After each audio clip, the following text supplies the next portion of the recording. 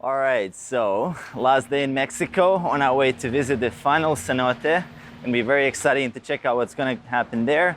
And I am going to bring you guys along. So last day here before I go back to Europe, where it's going to be about -5 or so. And here it's actually very, very warm, even though the sun is not shining right now, but it's very, very warm. So pretty interesting to see how the body will react to that. And yeah, let's get going.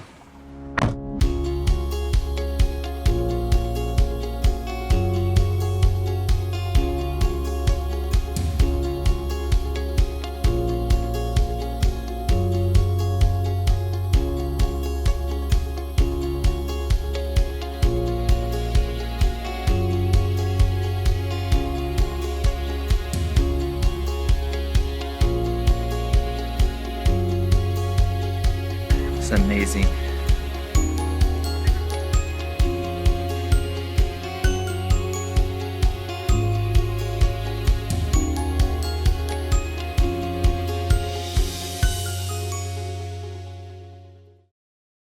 Hey guys, it's Mario here, coming at you straight from the Mexican jungle. And as you can see, I'm wet right now. It's raining really hard here. Not a very typical day here in Mexico, not very sunny. Still, it's my last day here, and I decided to come out to visit this beautiful cenote, as well as make a video for you guys. No excuses are being made. We gotta put some good content out there. And today I want to talk to you a bit about getting to 10% body fat for the first time, what that journey might look like, and why a lot of people are confused and a little bit disappointed when they finish their first cut. And I see this happen all the time. This is a topic that I've been asked a lot, and a lot of guys aren't really sure why they haven't achieved that type of physique that they're looking for after the first cut. You see, a lot of marketing out there, a lot of programs that are being sold right now in terms of just the fitness industry, what I know about, and there's probably hundreds of thousands of programs out there that I don't even know about, is they promise you a certain physique. They promise you a certain look, that muscular, lean look, probably about 10% body fat, where you can clearly see your abs.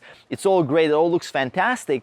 But if you're cutting down for the first time, and if you're a guy who doesn't have years and years of lifting under your belt, and I mean years of progressive lifting means that you're not just going to the gym and doing random stuff, you're actually progressing in terms of your strength, so you have a certain strength level, you're probably not going to look like that shredded, lean, muscular Instagram model that you've been following, and maybe the guy that sold you the program in the first place, because that guy most likely has been training for years, probably about half a decade before he built a decent looking body, if he is natural to begin with. Because a lot of these guys, I mean, let's face it, they're using drugs to stay lean all year round, to sell programs, because their body is their marketing tool. And on the other hand, you don't really know when you look at a picture that is definitely photoshopped and taken most likely when the guy was in his best conditioning ever in his whole life.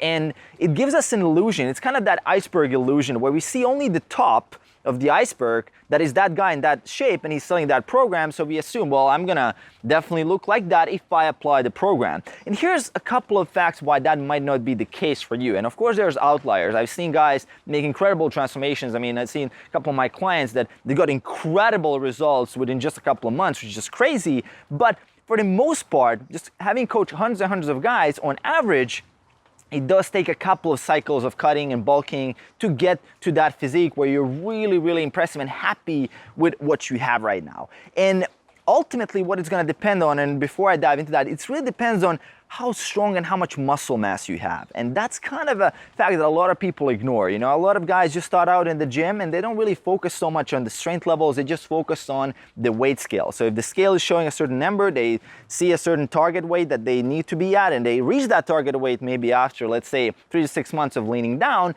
and now all of a sudden, well, where's my muscle mass? Why do I have still a little bit of body fat left? Why is my lower belly still covered by body fat? Why is my biceps not bigger? Why am I now almost looking like I'm skinny fat, like I'm not even lifting at all? And I personally have been in this situation, and I see a lot of guys end up in this situation. It's kind of a disappointing situation because you feel like you've taken a step back. You feel like you haven't moved forward, while in reality, of course, you did, because now you have all the knowledge, you have all the skill, you've learned how to lift weights, you probably are in a much, much better position than when you started out to begin with. But why is this happening? Well, number one reason, we almost always underestimate how much body fat we have. This is universally true. You post a picture on Facebook and tell people, hey, can you help me estimate my body fat level? Most bros will tell you, if you don't have abs right now, most bros will just say, oh man, 14, 15% body fat, 7-8 weeks of dieting, and you're there. Or just ask people in general in the gym, like your gym buddies, oh man, you're between 14 and 16% body fat. It's almost there.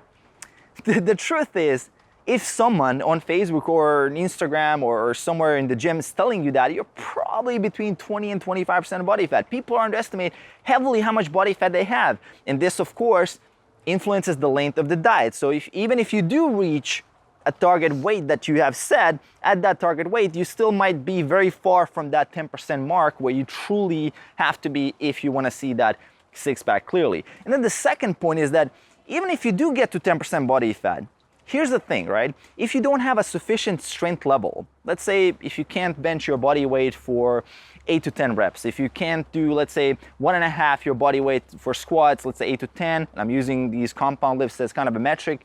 If you can't do 10 clean pull-ups, maybe 8 to 10 just solid, straight, wide grip pull-ups, you probably don't have that muscle mass under there that even if you do lean down, it's not going to look like you are at that physique that you want to be. Because if you look at the natural guys, if you look at really strong natural dudes, even if they are not lean, even if they're not at 10% body fat, even if they're much higher, they look fantastic because they have so much muscle that it doesn't even matter. They don't even have to be very, very shredded. And for guys that don't have a lot of muscle, you really have to get super shredded to even look like you're doing something, right? Because then you're shredded, but you're not big. And then again, it's a kind of that a paradox. Like I can choose between being very, very skinny, or I can choose between being fat and not having abs at all, right?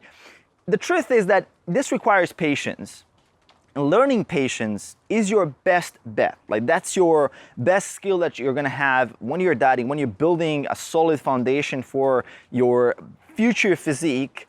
Patience is the absolute key because there's only so much how much strength you can gain on a weekly basis or on a workout to workout basis or on a month to month basis. There's a limit.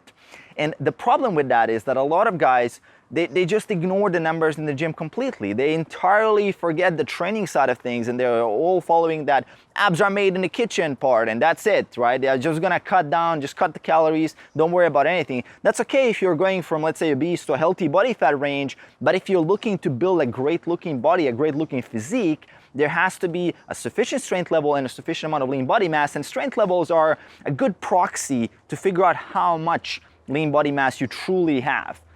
There's nobody that looks amazing that's just doing like a 95-pound bench press for like 4 or 5 reps. You know, you don't see these guys. Maybe there are some, but I haven't seen them. In my 6 years of lifting and coaching more than 100 people, I haven't seen guys who are squatting, I don't know, 135 for 5 reps and their legs are huge. I just don't see these guys, right? And that's one thing that a lot of people don't tell you is that this will take time. But of course, if you tell someone it's gonna take time, they're not gonna buy your program. And that's the problem, right? If I'm selling a program, I have to tell you, oh man, you're gonna get there in 12 weeks, it's fine. And then when you don't get there, you're disappointed, not just in the program, but you think something is wrong with you.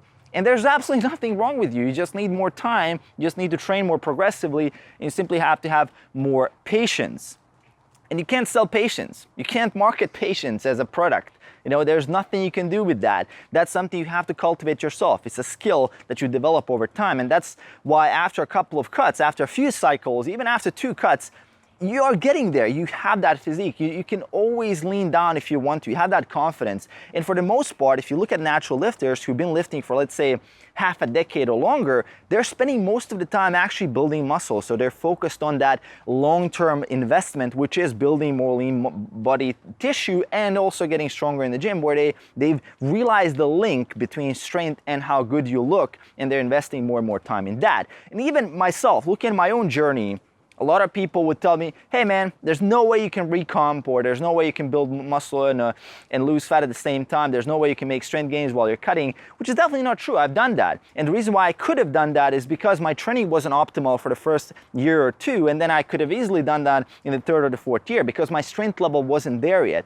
I wasn't even close to an advanced level in strength. And I'm gonna leave a website for you guys in the description below that you can check your strength level and kind of get a ballpark figure where you're at. And if you're anywhere below intermediate or below advanced, man, you can make a lot of gains even without having to be in a very deep caloric deficit. And of course, a lot of guys, I mean, caloric deficit, they believe that it guarantees the scale to move. You might be losing body fat, the scale is just gonna stay the same, because temporarily, I mean, if you followed a lot of McDonald's stuff, and I'm gonna link to one of these articles in the description below, fat cells actually get replaced by water after you've burnt them off for initially. So the weight scale might not show even any progress, or it might even show you gaining weight while you're eating those 1,500-1,600 calories. But the problem with that is people are, okay, this is not working, right? I'm not moving on the scale, means the diet is crap or something's wrong with me. I've damaged my metabolism, which is absolute nonsense.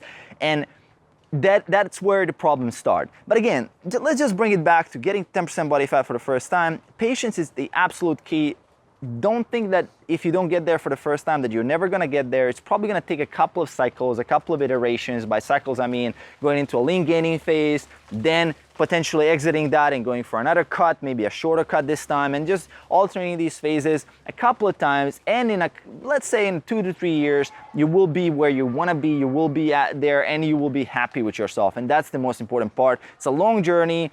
It's not gonna happen overnight. Just something I wanted to share with you guys. It's a little bit of just my experience, not a very flashy jump cut kind of video, just my experience with cutting and just coaching a lot of guys. Hope you guys enjoyed. A couple of thoughts on getting shredded for the first time. And let me know in the comments below how this resonated with you. If you have any questions, of course, on the journey, hit me up in the comment section below. Aside from that, check those resources in the description below. Hope I'm gonna be able to get a swim here in this cenote. It's still raining and it's gonna be pretty awesome. So I'm gonna try to include some footage from the cenote inside of the video so you guys can check that out. And yeah, hope you're having a great day wherever you are. And make sure to hit that subscribe button below to support the channel. And I'll see you guys in the next video. Peace.